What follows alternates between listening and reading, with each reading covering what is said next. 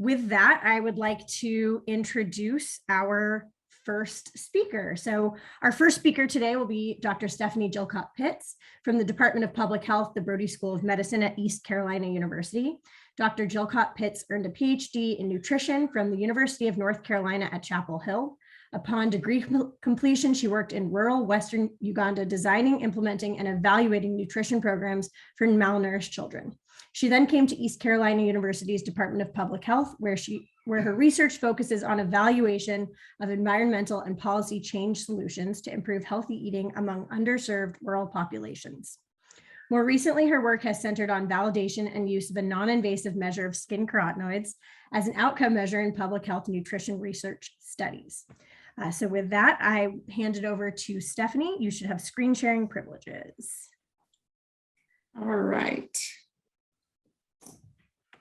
I like the name of the group. I don't think I had heard that yet. So that's pretty cool.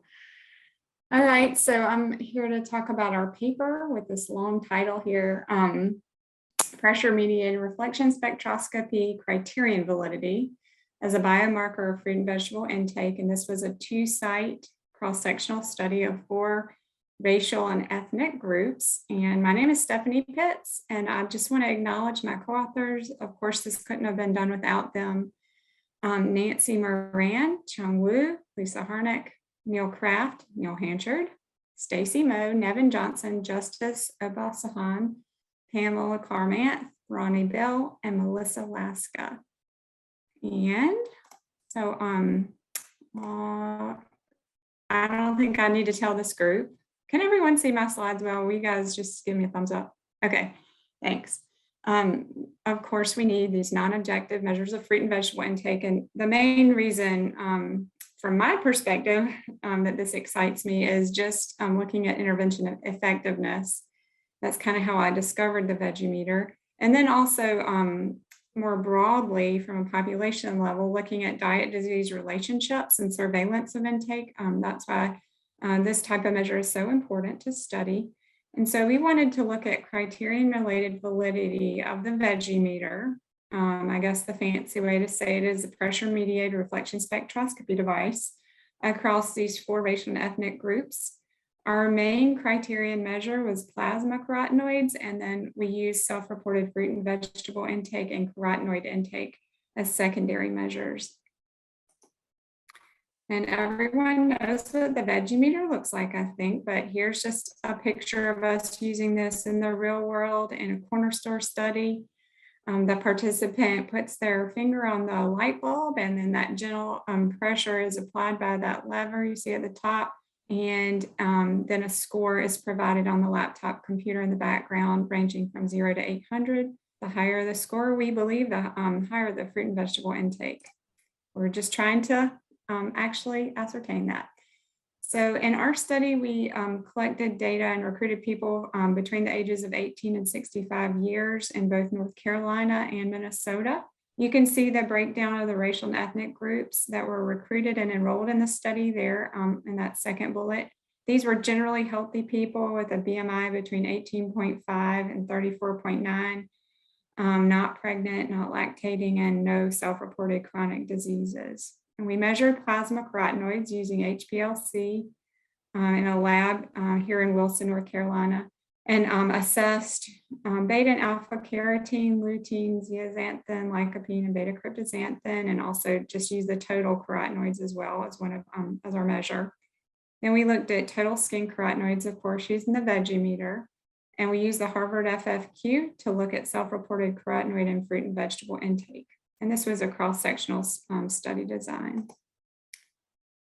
The stats, we looked at bivariate correlations and also adjusted linear regression models to look at these associations between skin carotenoids, plasma carotenoids, and self-reported fruit and vegetable and carotenoid intake from the FFQ.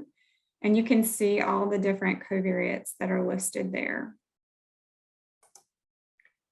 This is just a table of our correlations between plasma and skin carotenoids. You can see that strong correlation for our total sample, 0.71, broken down by the racial ethnic groups, ranging from 0.64 to 0.8. in the different groups. You can also see this broken down by biological sex, weight status, and melanin index. And the melanin index has really confounded us. We still don't know exactly what's going on. So any ideas that people have are welcome. You can see here that people with a lower melanin index, the correlation between plasma and skin was about 0.5. It's 0.75 in those with a higher melanin index. We split the melanin index by the median, which was 1.068. Oh, and sorry, let's go back here. There were low to moderate correlations between skin carotenoids and the self-reported measure of fruit and vegetable intake. And you can see it was moderate at 0.35 for just overall. And then when broken down by the racial ethnic groups, ranged from 0.24 to 0.53. So not quite as strong as the correlation with the plasma carotenoids. And then in our unadjusted model, as well as the models that were adjusted for significant covariates, we saw positive associations with plasma carotenoids, self-reported fruit and vegetable intake, and self-reported carotenoid intake. And there was a significant interaction effect with melanin. So people who had higher melanin index had a larger slope between skin and plasma carotenoids when compared to those with a lower melanin index. And then we broke it down to look at comparisons between the Veggie meter measure, which is like an overall carotenoid measure, and then with the plasma carotenoids, of course, we had it broken down by individual carotenoids. And so we saw relatively strong correlations between Veggie meter and alpha and beta cryptoxanthin, lutein zeaxanthin, and alpha and beta carotene. But for lycopene, the correlation was a lot lower and not statistically significant. So I'm not quite sure what's going on with that either. So in conclusion, we did see a significant and positive correlation between skin and plasma carotenoids in all 4 racial ethnic groups. And we just kind of scratch our heads over the skin melanin result. And also there we saw that stronger associations with the individual plasma carotenoids and skin carotenoids when compared to the lycopene association. And we just think that should be investigated further as well. This is our paper in case you want to look it up. And we're currently conducting a randomized control trial of a carotenoid-rich juice to determine the sensitivity of reflection spectroscopy assessed skin carotenoids in response to intake of this juice when compared to a juice with negligible carotenoids or its apple juice. I do want to give a shout out to Elizabeth Gates, who is our study coordinator. She is here on the call, as well as 2 of our MPH interns, Kirsten Cobe and Danielle Jesco. So very thankful for all their work on this randomized trial. It has been quite a journey over the last year. So thankful we're almost finished. And then here are funding acknowledgements and also support for our AIM-1 study from these folks: Archana, Lauren, Abigail, or Abby, Patty, Angela, Gabe, and Christina. And if you have questions, you can email me, and I don't know if there's time for questions now.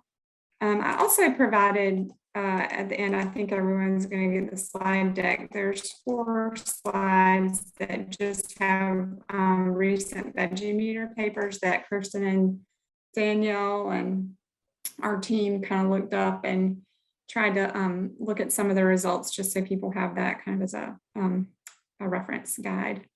So I don't know how we go from here, Rachel and Virginia, but I will stop. Actually, we do have some time for questions. We already have one in the chat that I will share out loud, and then people can feel free to unmute and ask questions directly. So this question comes from Alicia Redolfs. She said, by chance, are you using the older version of the Veggie meter, which is 2014 to 17? She goes on to say the one sold from 2017 onward measures melanin and includes it in the algorithm that creates the final score reported. If you use the newer version, then there's probably more for us to discuss here. So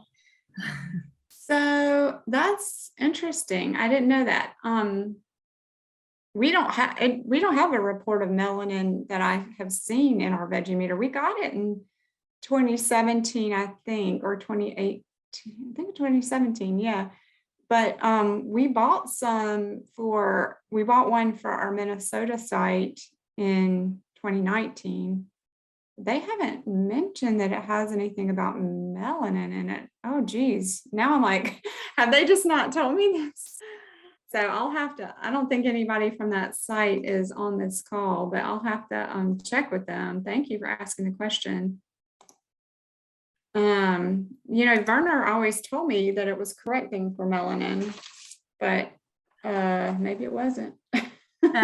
So Alicia goes on to say it doesn't actually give you a score for melanin, but it measures it and it's calculated in the algorithm. And she got that information straight from Werner.